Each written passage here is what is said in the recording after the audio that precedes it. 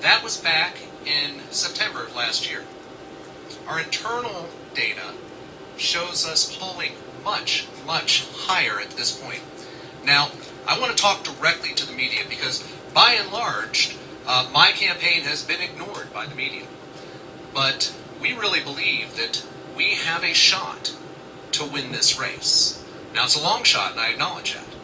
But one thing is for certain, we will have a dramatic impact on the outcome of this race. The reason that is because the other two primary candidates in the race, people right now realize that they have a choice between a progressive Republican governor and a progressive Republican governor. That's the choices out right now. They are thirsting for someone who is truly different.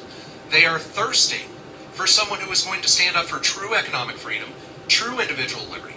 Now, some of the policies where I differ dramatically from either of the candidate, let's start with the state budget.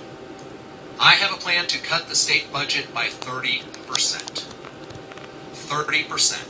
Now that sounds like a large amount, but when you look at the budget increases over the terms of Rick Scott and Charlie Crist, Rick Scott alone has increased the state budget by $8 billion since he's been in office. You guys know that that's a fact.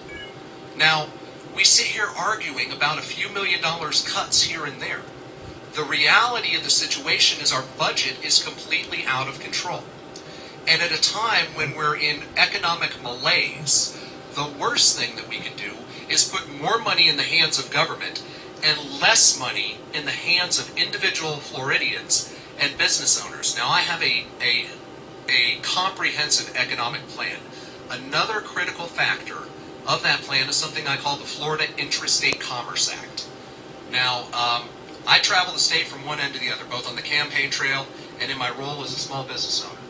And I can tell you, when I talk to small business owners across the state of Florida, I hear one thing over and over and over.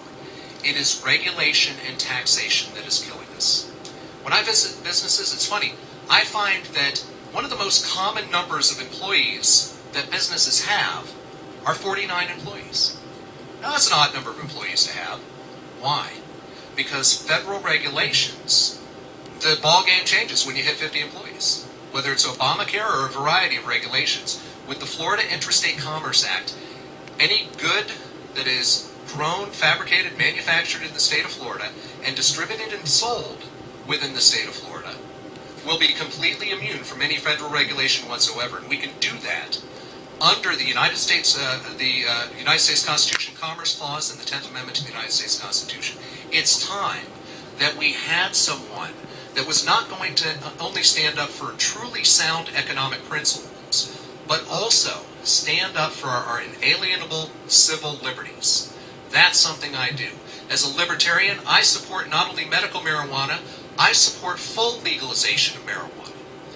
The government does not have the authority to tell us what we do with our bodies. The government does not have the authority to tell us what we can do in our own lives, so long as we harm no one else.